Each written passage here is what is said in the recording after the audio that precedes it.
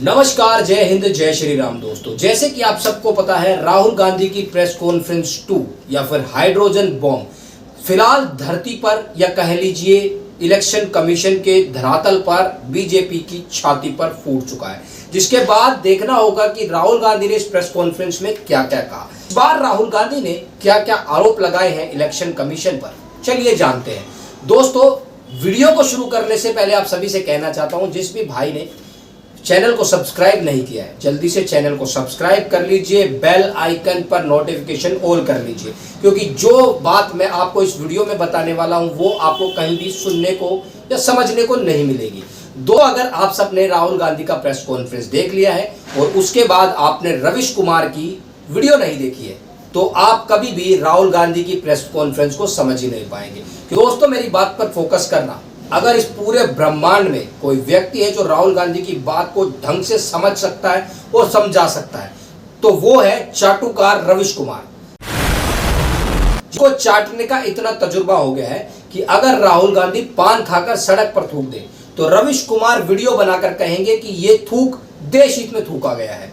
रविश कुमार की चाटुकारिता के किस्से बहुत बड़े हैं। दिनों पहले राहुल गांधी ने बिहार में एक यात्रा की थी, वोटर अधिकार यात्रा, जिस यात्रा में नारे लगे वोटर चोर गद्दी छोड़। सोचने और समझने की बात यह है दोस्तों, उस रैली में जिस व्यापारी ने अपनी बाइकें किराए दी थी, उस बाइकर की बाइकें ही चोरी हो जाती है, मगर उस पर रविश कुमार कोई भी बात नहीं करते, ना ही अपने वीडियो में उसका कोई जिक्र करते हैं। उल्टा रविश कुमार बुलेट से यात्रा करने के फायदे गिनवाते हुए नजर आते हैं। दोस्तों, इसके बाद रविश कुमार ने भारत जोड़ो यात्रा पर भी एक वीडियो बनाया था, जिसमें उन्होंने ये तो नहीं बताया कि किस तरीके से राहुल गांधी ने सेना का अपमान किया, और अभी कुछ समय पहले राहुल गांधी देश की सबसे बड़ी कोर्ट में फटकार खाकर आए थे, मगर राहुल गांधी की शौर्य की गाथाएं रविश कुमार ने उस वीडियो में भी सुना दी। तो चलो दोस्तों, रविश कुमार को एक बार किनारे करते हैं और आ जाते हैं राहुल गांधी की हाइड्रोजन बॉम्ब यानी प्रेस कॉन्फ्रेंस 2 पर।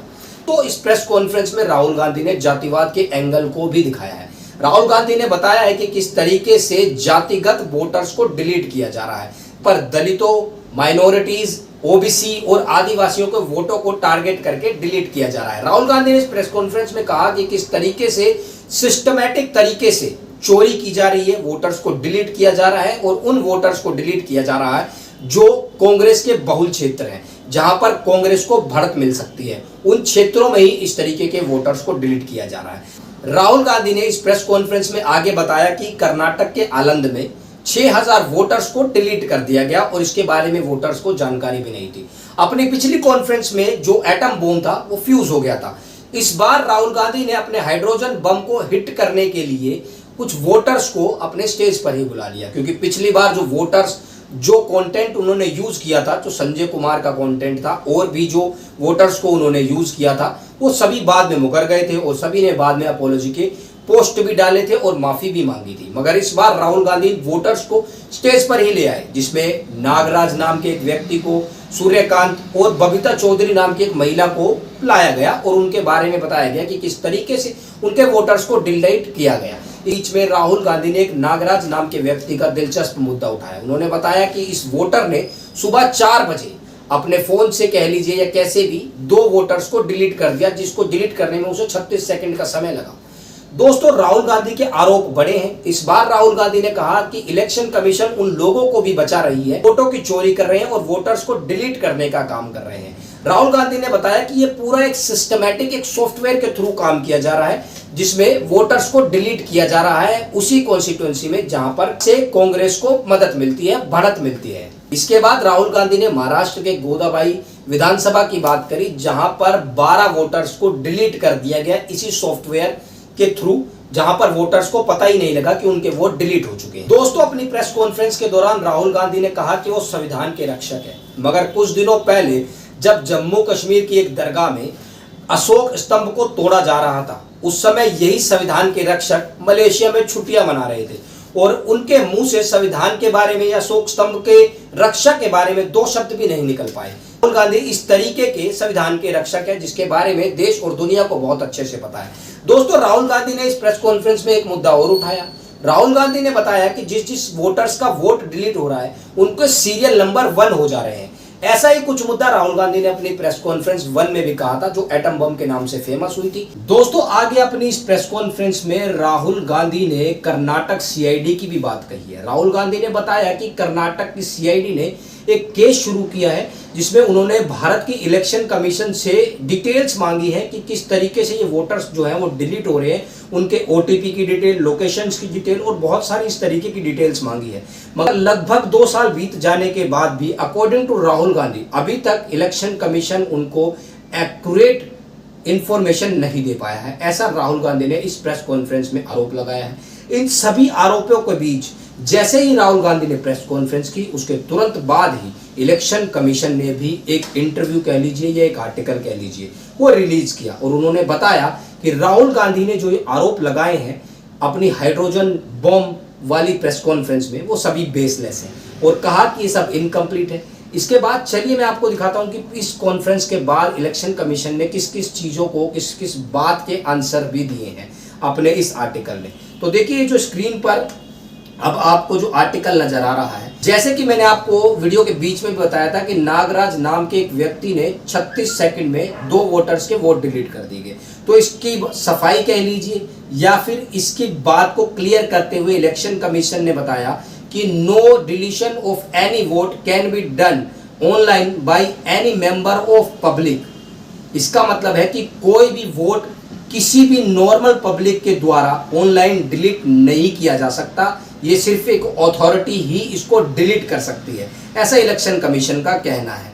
इस आर्टिकल में आगे बताया गया इलेक्शन कमीशन के द्वारा कि 2023 में एक अनसक्सेसफुल अटेम्प्ट किया गया था कि आलंद की कॉन्स्टिट्यूएंसी असेंबली से वोटर्स को डिलीट करने का, जिसके खिलाफ उन्होंने खुद एक एफआईआर पहले से ही कर्नाटक थाने में, पुलिस स्टेशन में सबमिट की हुई है, जिसके जिक्र उन्होंने इस अपने आर्टिकल में भी किया। इसके बाद राहुल गांधी ने वोट चोरी का मामला सॉफ्टवेयर से उठाने का किया, उस पर भी इलेक्शन कमीशन ने कहा कि ये सब जो बातें राहुल गांधी कह रहे हैं ये बेसलेस है, इनकम्प्लीट है। सभी बातों को, इन सभी एलिगेशंस को गुमराह करने के नतीजे से या मंशा से राहुल गांधी इस्तेमाल कर रहे हैं। दोस्तों, आगे आप देखिए कर्नाटक के CEO the chief electoral officer ने बताया सोशल मीडिया के माध्यम से कि जितनी भी इनकम्प्लीट एप्लीकेशंस थी वो रिजेक्ट कर दी गई थी और उनके खिलाफ एक एफआईआर रिलीज कर दी गई थी। ये पूरा मामला क्या है, चलिए मैं आपको बताता हूं। तो आपने सुन लिया कि राहुल गांधी ने आलंद असेंबली के बारे में क्या कहा,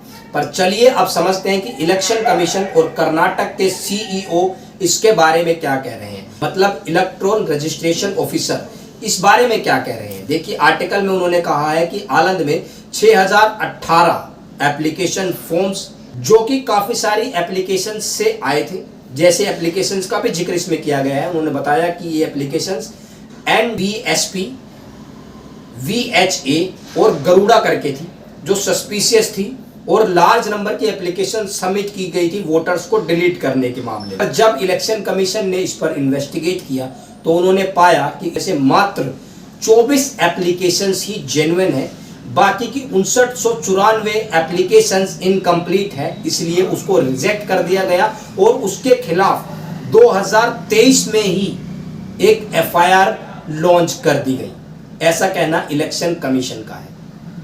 अब राहुल गांधी का आरोप कितना सही है कितना गलत, यह बात आप डिसाइड कर लीजिए।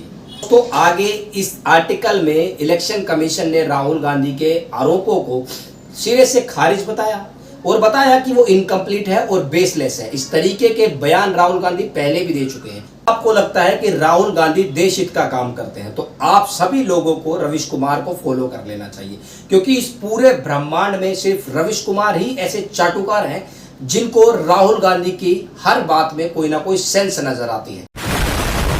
को पत्रकार तो नहीं कहा जा सकता। रविश कुमार एक ऐसे चाटुकार हैं जिन्होंने तलवे चाट चाट के राहुल गांधी के तलवे सुझा दिए हैं, क्योंकि इस तरीके की चाटुकारिता किसी भी संस्थान से, किसी भी कोचिंग इंस्टीट्यूट से आपको नहीं मिल सकती। इस तरीके की चाटुकारिता के लिए तो सदियों और लाखों सालों की गुलामी ही करनी पड़ती है, तलवे ही चाटने पड़ते हैं, जिसमें रविश कुमार पूरी तरीके से निपुण है। फिलहाल राहुल गांधी की एलिगेशंस के बाद इलेक्शन कमीशन ने भी अपना जवाब दे दिया है। अब सबको इंतजार है बेसब्री से इलेक्शन कमीशन की होने वाली अगली प्रेस कॉन्फ्रेंस का। सूत्रों से खबर मिली है कि जल्द ही इलेक्शन कमीशन इन आरोपों को सही या गलत के साथ में अपनी सफाई के साथ में एक प्रेस कॉन्फ्रेंस कर सकता है, और पिछली बार की तरह उस प्रेस कॉन्फ्रेंस का क्या रिजल्ट निकलेगा ये देखने और समझने वाली बात है। तब तक के लिए आप सभी लोग चैनल को सब्सक्राइब कर लीजिए और चाटुकारों से दूर रहें और समझिए देश हित में क्या फैसले हो रहे हैं, देश किस फैसलों से आगे बढ़ेगा। जय हिंद, जय श्री राम।